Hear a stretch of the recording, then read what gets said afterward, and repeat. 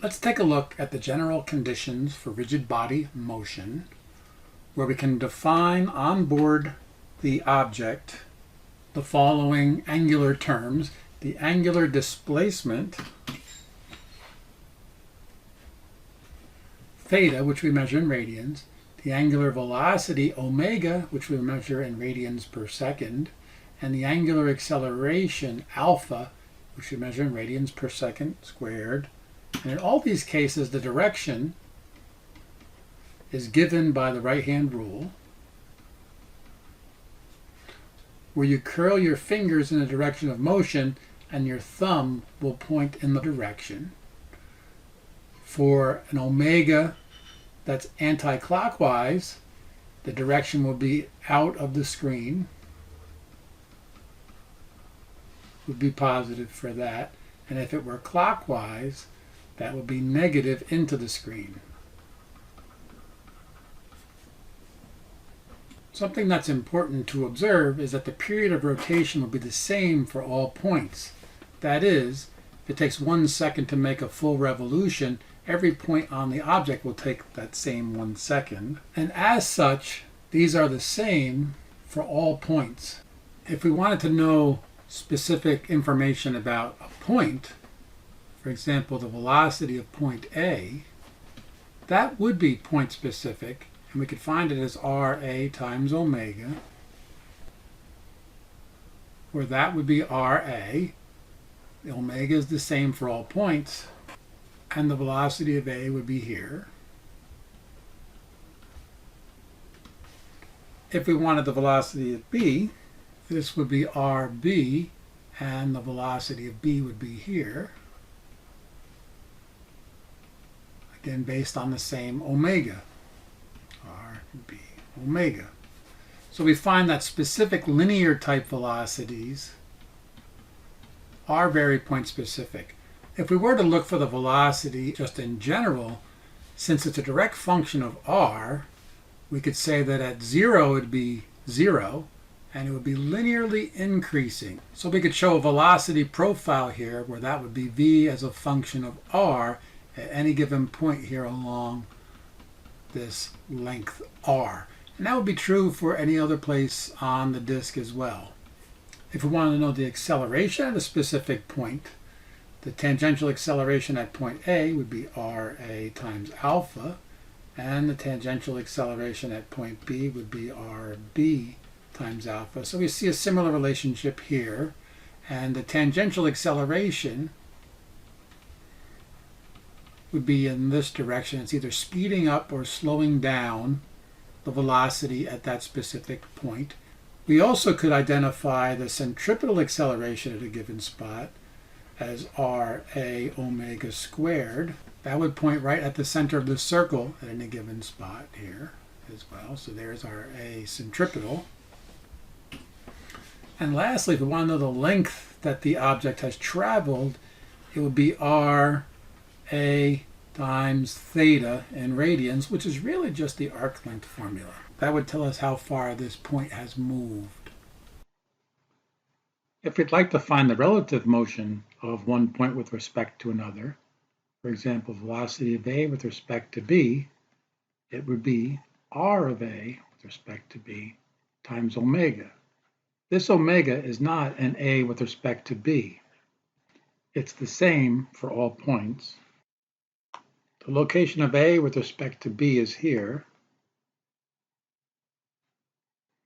and omega, if we're at point B, is the same.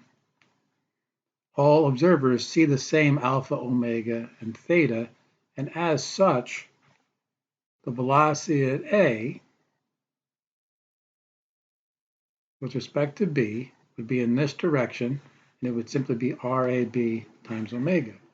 If we were looking for the velocity of B with respect to A, it would be R of B with respect to A, again, times omega, which is the same for all observers.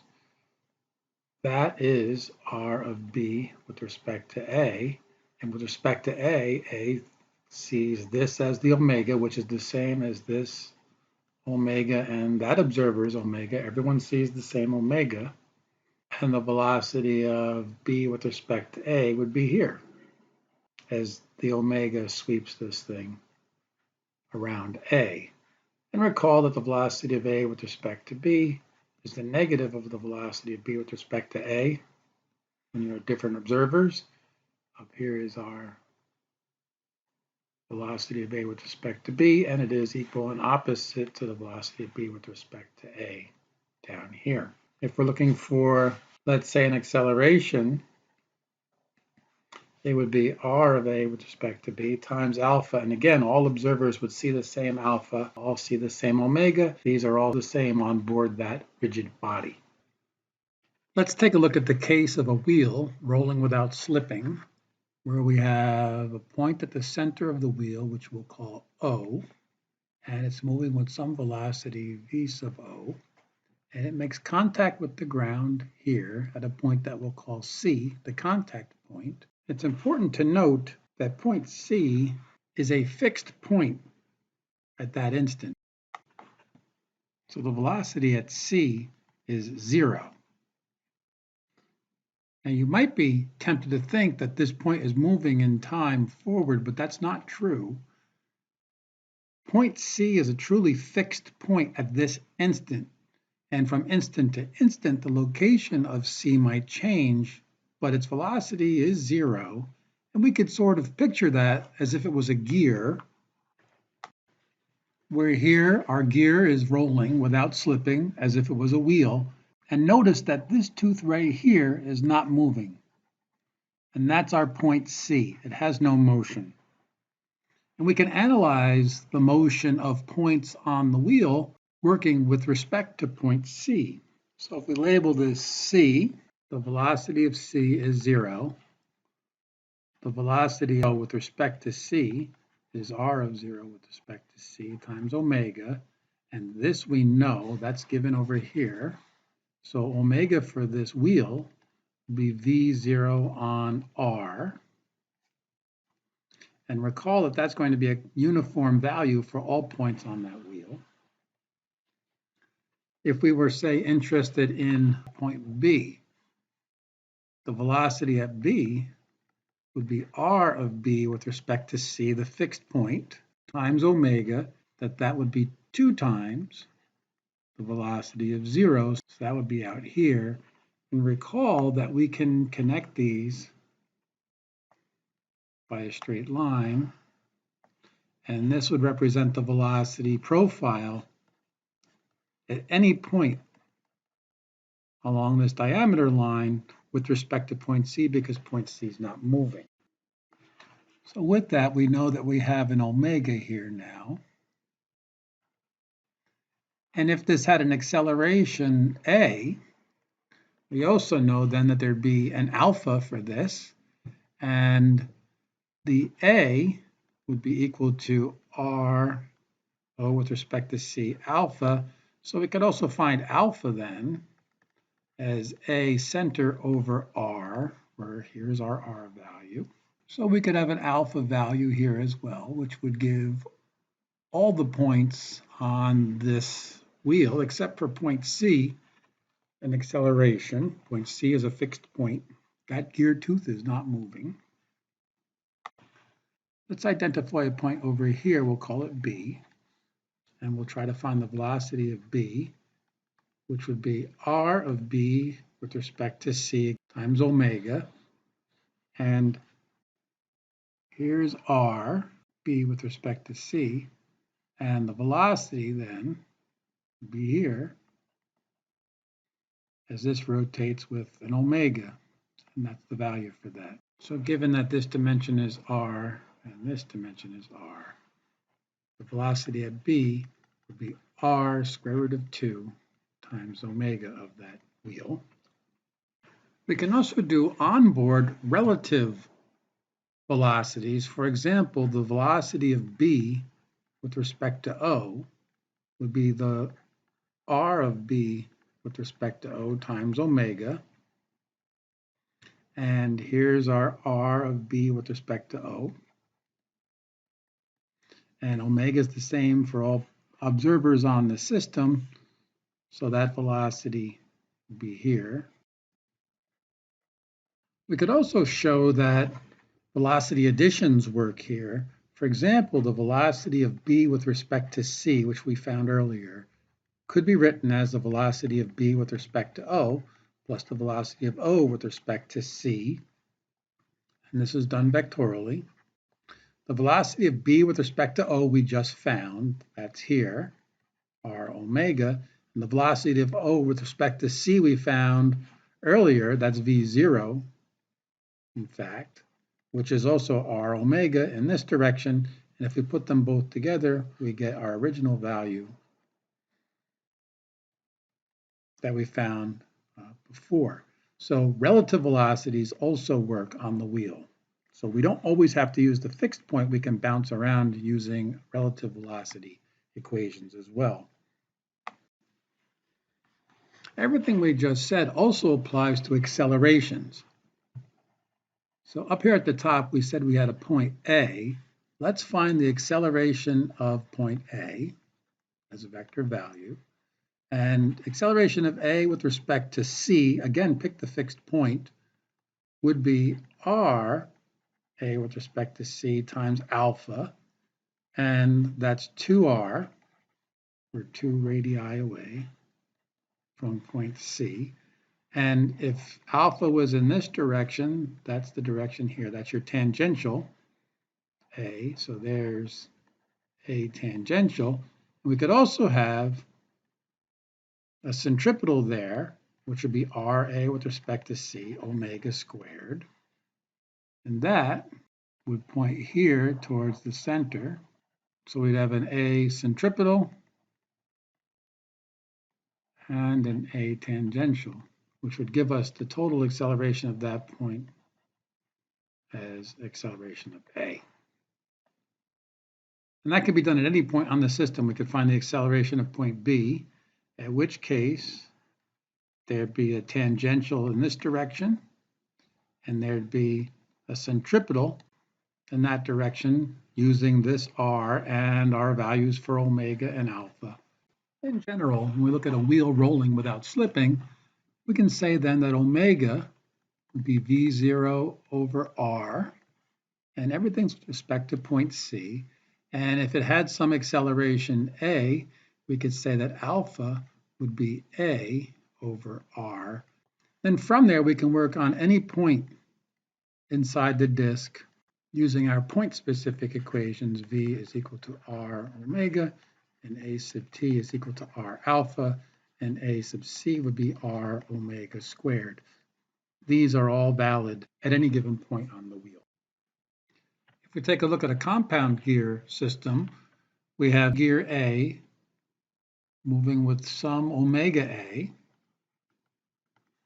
and gear B, which will rotate with some omega B. And because they have to mesh together, they would have to move in this direction. And these teeth right here would have to have the same velocity V.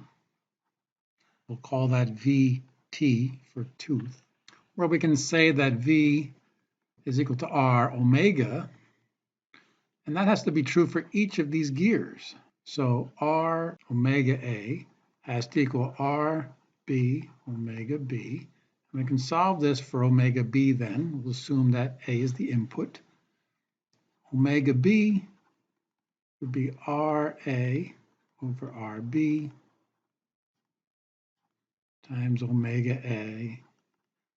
And that would be our gear ratio, which could also be done by tooth count. Since the teeth are each taking up the same distance along the edge, you could do it as a ratio of the circumferences 2 pi RA over 2 pi RB, and the pi's drop out, and we find that this would have the same ratio as the number of teeth that would fit on A, and this would be the same as the number of teeth that would fit on B. So by tooth count, we could do it as NA over NB. If we look at our radii over here, we could say that it's roughly 2 to 1. Another useful relationship is the power delivered, and that's the torque times the speed with which it runs. So in this case, R omega B will be the radius of A, 1, over B, which is 2, we're saying approximately. So this will spin slower, and as this angular speed goes down, the torque goes up in direct relation, so this would be able to deliver twice the torque. And then the reverse would be true. If we were driving B instead, and it would spin gear A faster, but we'd be able to put less torque through that. Here we have a compound gear train where we're asked to find the gear ratio, and we're told the input is here at A. So here's our omega A, which then tells us that omega B would have to be in this direction. And this small spur gear is connected to B, so that would spin with the same rate here, which causes C to rotate in this direction, and that would be our output through that shaft there.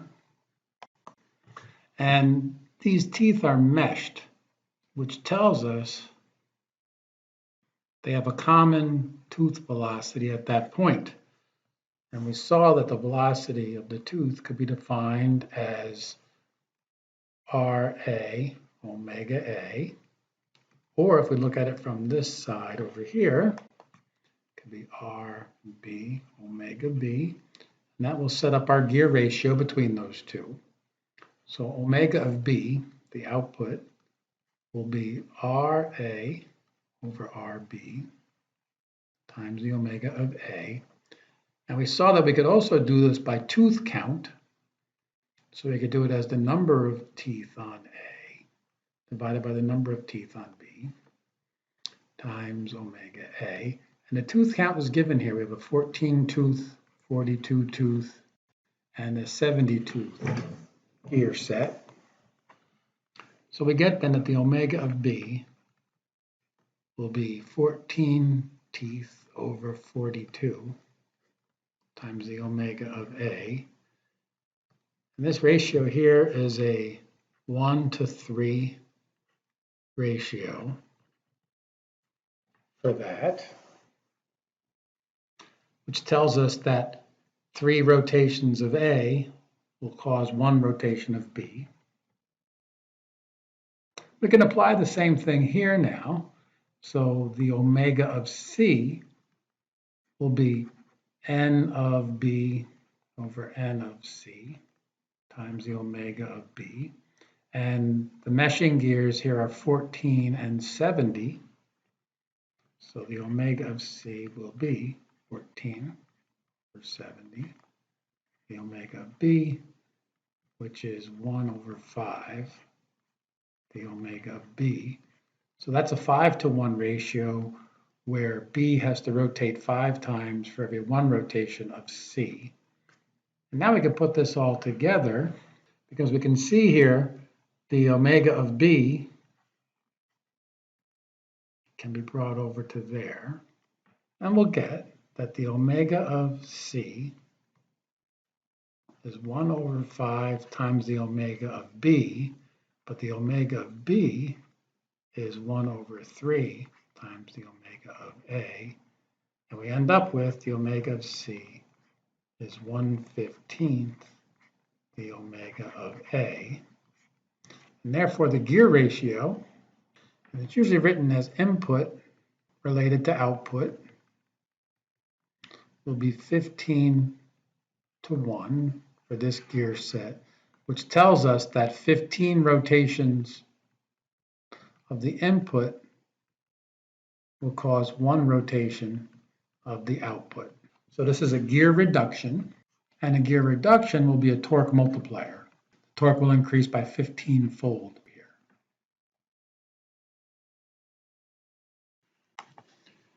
If we take a look at a planetary gear system, we have a central gear called the sun gear, and often that's the gear that's being driven. That would be our input with some omega S.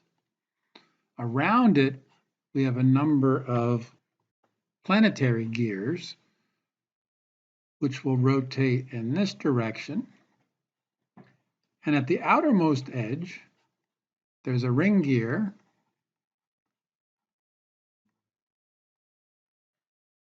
and that could be fixed or it could be driven in some cases. And we can see here, if this is rotating, then this gear has to move based on that contact point here. So there's going to be some VP, some velocity of that planetary gear. If you look closely, the planetary gears are all connected by this plate. So these are all connected together. And they move around the gear set. That's called a spider hub assembly. And that spider hub is usually connected to the output. And these are very high torque applications. We have multiple teeth carrying the torque through this device. The input is generally the sun gear, and the output is the spider hub assembly, which will be connected to a set of gears. In this case, they might be behind here, we can't see them, or by some assembly that will be bolted onto the face of this and have an output. If we make a quick side view sketch of this, let's say this is our sun gear, and here's the input shaft for that. And it's inside of some assembly here, which would be our ring gear system. And in between those two, we have our planetary gears. And those planetary gears would be connected to some assembly here via the hub. And then that hub would have an output coming this way. So the input would spin this gear, the sun gear, which then rotates the planetary gears around. And as they rotate, it would carry the hub as an output on the other side. Here we have our sun gear. We'll call that point S. Here we have our planetary gear. Call this point B. And out here, this point of contact, call C. And this tooth-to-tooth contact point we'll call A. And we'll say that the input gear, omega S, where omega S is moving at 20 radians per second. And we have dimensions of RS of 1 inch and RP, the planetary gear here, of 2 inches. And looking over here, this is 1 inch. That's 2 inches. 2 inches, which makes, and we can say the radius of the ring gear, C, will be 5 inches. And let's find the output, omega hub, which is this blue assembly here that's holding the planetaries together. That's going to be moving with some omega H that we'll find. First, we can notice here that the velocity of A will be in this direction. And it's common between the two gears. We can find that the velocity of A is R of A with respect to S times omega of S, which is 1 inch times 20 radians per second. So that's moving at 20 inches per second in this direction. And that's a common speed between these two. So next, we can analyze the motion about point C, where the velocity of A is equal to the velocity of C plus the velocity of A with respect to C. And we pick this point because that's a fixed location. And the velocity of C is 0. This is the same scenario as when we have a wheel or a gear that was moving before. with some velocity v, and here's our point C. Except now we know the velocity at the top of that gear. So we have this velocity here as the 20 inches per second, and we would like to find the omega of the wheel. So this will be r of A with respect to C times omega of B. And the r of A with respect to C is 4 inches. We're going from C all the way out here to A, where we see that velocity. This will be 4 inches times omega B. And that's equal to the velocity at A, which we know is 20. So omega B will be 20 inches per second divided by 4 inches will give us 5 radians per second, and we know that is going to be counterclockwise.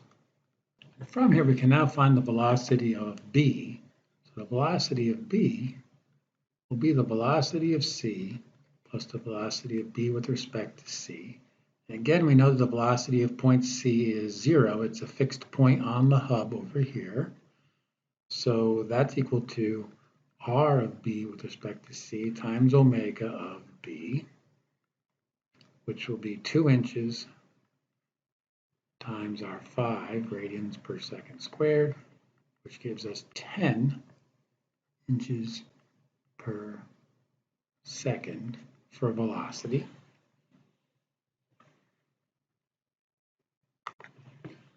So that gives us this velocity right here. Velocity of B is 10 inches per second. And with that, we can find the omega of the hub assembly, which is this blue assembly here, by knowing that velocity. We're sticking with our notation. So the velocity of B will equal the velocity of S plus the velocity of B with respect to S. And the velocity of S is not moving, that's the center of this system. So that's equal to r of B with respect to S times omega of the hub itself. We're looking at this radius right here. Therefore, the omega of the hub will be VB over r of B with respect to S. 10 inches per second over 3 inches. So we get 3.33 radians per second as an output. And it's moving clockwise. And our input was 20 radians per second. So our gear ratio then would be input over output, which would be 20 over 3.3. So this will give us a 6-to-1 reduction. And this will be a torque multiplier of 6. And because we have 4 teeth engaged, this can handle a lot of torque passing. There's an interesting graphical way that we could have solved this. We know our sun gear is moving with some initial value of omega. And as such, we found this velocity at A to be 20. And we realize if point C is at rest,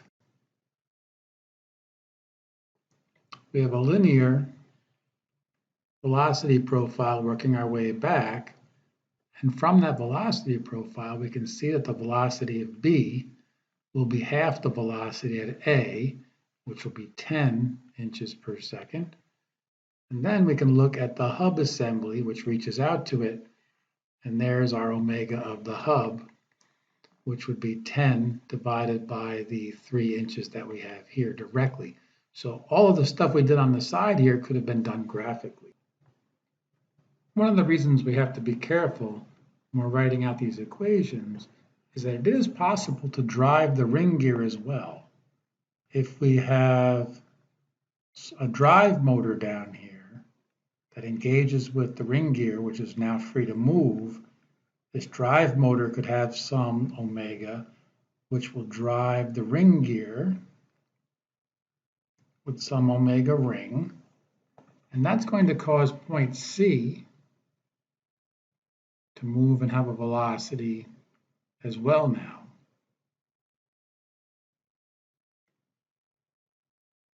So let's just say that the omega of the ring gear is 2 radians per second by the way that it's being driven, and see how this solution changes. Now over here, the velocity at A is still the same.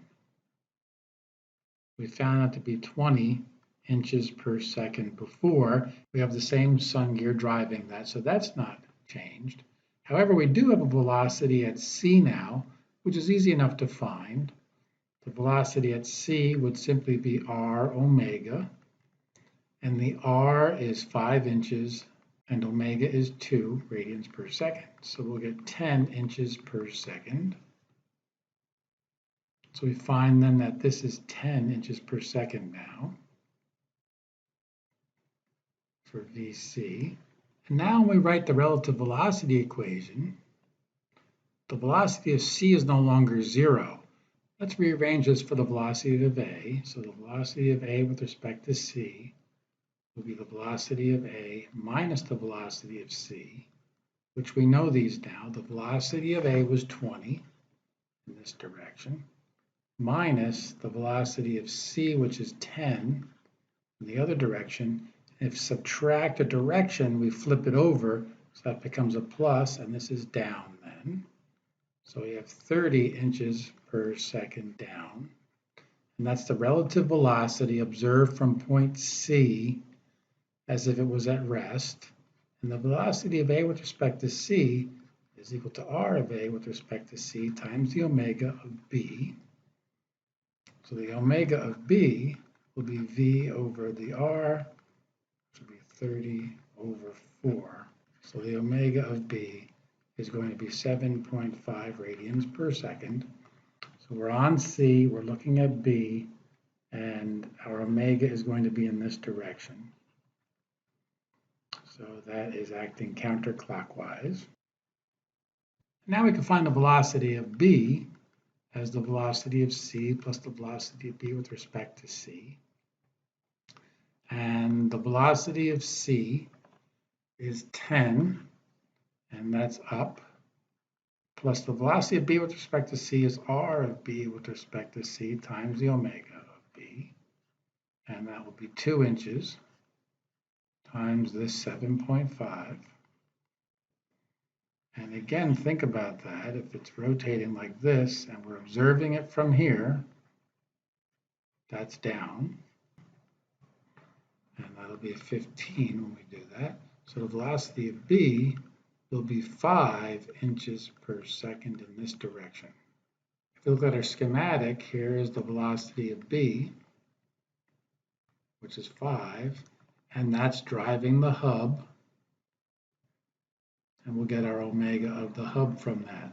So the omega of the hub, velocity of B over the radius of the hub, and that's going to be 5 inches per second divided by 3 inches, which is 1.67 radians per second. So it's now spinning slower than it was the last time. And we can get our gear ratio, our effective ratio, as input over output.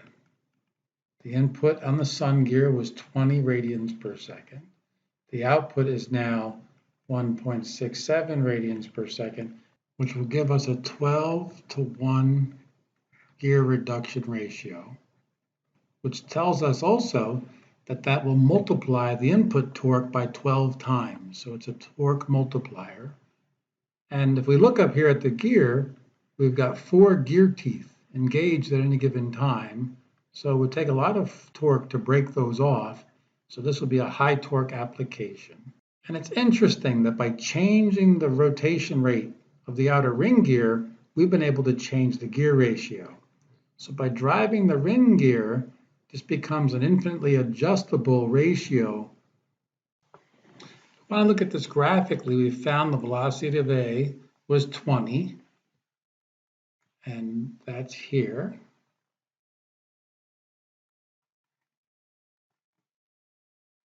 And we found the velocity of c due to this drive rate to be 10, and that's here if I draw this roughly to scale, inches per second. And if we connect these linearly, that's the velocity of b right there. And if we worked out the ratios of these triangle legs, we would find the velocity of b to be 5 inches per second, which is what we got before. So we could have found that to be 5, and then recognizing again that that 3-inch radius and that velocity is driving our hub, we could have calculated the omega of the hub as v over r, which would be 5 over 3. So again, it still works graphically if we draw it out carefully, and we could resolve these points inside of here. And that's what those equations are doing for us when we write them. Now it's worth noting there's a lot of interesting configurations that this gear ratio can take on. If we look just at the planetary gear at B and A and C, we found that the velocity of A was 20, and that hasn't changed. And what if we could make the velocity at C 20 as well? We connect these two. It'll pass right through the center, and we'll find that the velocity of B is equal to 0, which means that gear is not moving. It's frantically spinning with a fairly high omega. Omega would be the relative velocity 40 divided by 4, so we'd have an omega of that of 10 radians per second, and yet point B won't move, which tells us the hub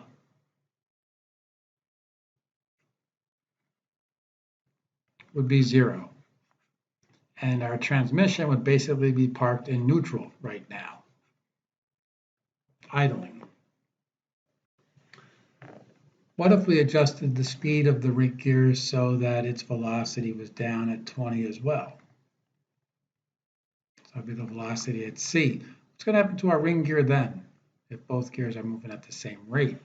Well, if we connect the two velocities, we can see that the velocity of B is also 20. This thing has uniform motion in a circle. And if we look at the ring gear that's attached,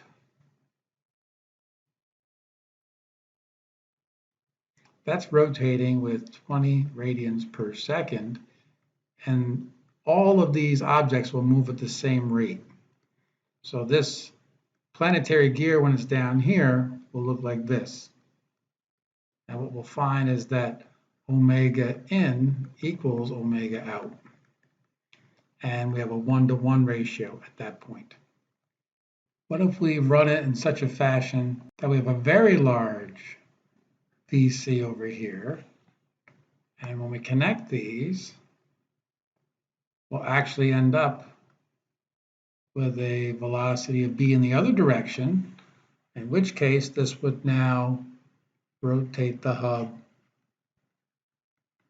counterclockwise, where all the previous examples it was going clockwise.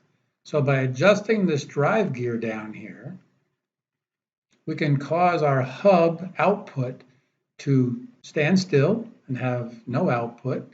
And by adjusting this, we can have it go clockwise or counterclockwise at a variable output rate based on the omega drive. Thanks for watching.